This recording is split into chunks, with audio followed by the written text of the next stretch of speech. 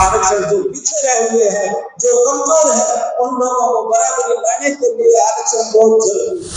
National one election की बात तो ठीक है, लेकिन वन नेशन वन इलेक्शन की बजाय वन एजुकेशन लागू करना चाहिए कि हमारा जो कल्याण करने वाला कोई भगवान था तो बाबा साहब बी.आर. अम्बेडकर ही है। ऊंच और नीच का भाव पैदा करता है, वो धर्म नहीं है, तुम्हें गुलाम बनाए रखने की साजिश।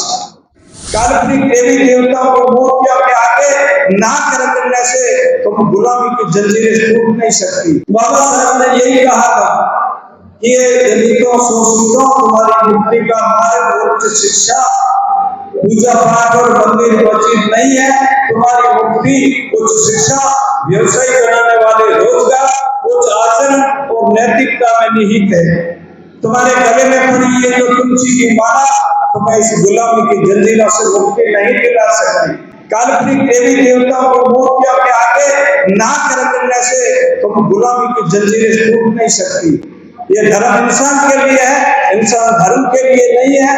जो धर्म इंसान और इंसान के बीच में ऊंच और नीच का भाव पैदा करता है, वो धर्म नहीं है, तुम्हें गुलाम बनाए रखने की साजिश। बाबा साहब ने बहुत सारा काम किया।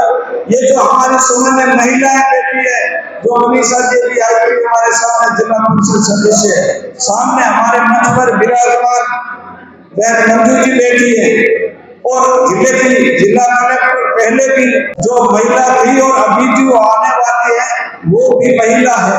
ऐसी स्थिति में जो मंच से लेकर के प्रधानमंत्री तक और यहाँ जो चतुर्थ से लेकर के IAS और RTI तक किसी ने लोगों को बैठने का और जो थे और सोचित थे, जिनको छूने से भी लोगों को पाप लगता था, इन लोगों को अगर किसी ने सम्मान के साथ जीने और अच्छे अच्छे पदों पर बैठने का अधिकार दिया तो बाबा साहब के संघर्ष और बाबा साहब के बनाए हुए संविधान में दिया है। मैं ये नहीं कहता कि पहले कोई हमारे लोग रहे होंगे, महापुरुष रहे होंगे, भगवान रहे होंगे, उनके बारे में कुछ नहीं कहता हूँ, लेकिन मैं निश्चित तौर से कह सकता हूँ कि हमारा जो कल्याण करने वाला कोई भगवान था तो बाबा साहब बी.आर. अम्बेडकर ही है। स्वर्गीय वीपी सिंह जी प्रधानमंत्री बने और 100 साल बाद जब बाबा साहब को भारत रत्न मिला तो वैसे होगा, उसके बाद लोगों में ये समझ आने लगे। आज भी लोग धारावाहिक चला करके लोगों को धार्मिक संदेश देते हैं, उसका मैं विरोध नहीं करता हूँ, लेकिन मैं ये कहना चाहता हूँ कि बाबा साहब को पढ़ाया जाना चाहिए और संविधान को पढ़ाया जाना चाहिए। वन नेशन वन इलेक्शन की बात तो ठीक है, लेकिन वन नेशन वन इलेक्शन की बजाय वन एजुकेशन लागू करना चाहिए ताकि पता लग जाए कि कौन कहाँ खड़ा है। एक बच्चा तो इंग्लिश मीडियम में पढ़ता है, मानी की जहाँ 1 लाख रुपए की फीस दे करके बच्चा इंग्लिश मीडियम में पढ़ता है, दूसरा तो दूसरी खा करके वहाँ 300 बच्चों के ऊपर एक बात चढ़ाओ, खाली पोषाहार पका करके थोड़ी देर रोक करके चले जाते हैं। फिर ये जो कॉम्पिटिशन साहू जी महाराज के सामने जब ये आरक्षण की बात आई तब उन्होंने समझाया था कि कैसे आरक्षण देना है।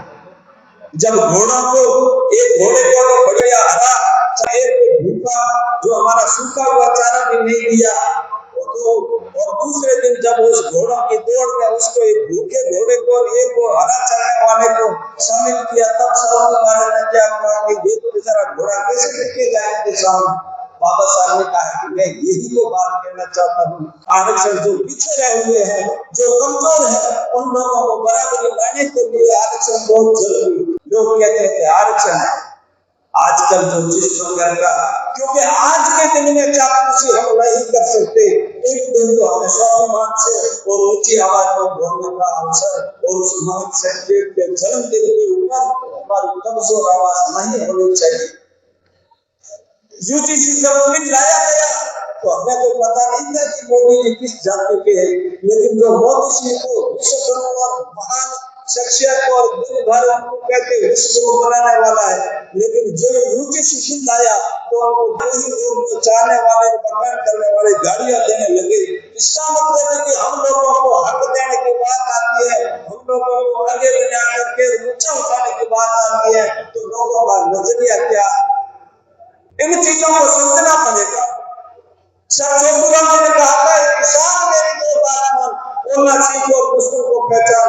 मैं ये कहना चाहता हूँ कि अपने पराये की पहचान करो, और बाबा साहब ने महिलाओं से लेकर के हम सबको, अमीर और गरीब को, रानी और रहतरानी, ओसवाल चाहे लेगवाल, सबको बराबर का वोट का अधिकार दिया, लेकिन उस वोट की कीमत को हम समझ नहीं पाए।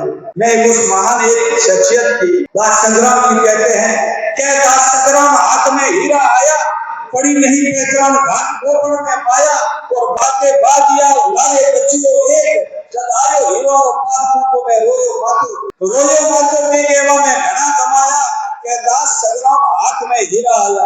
हमारे हाथ में हीरा है,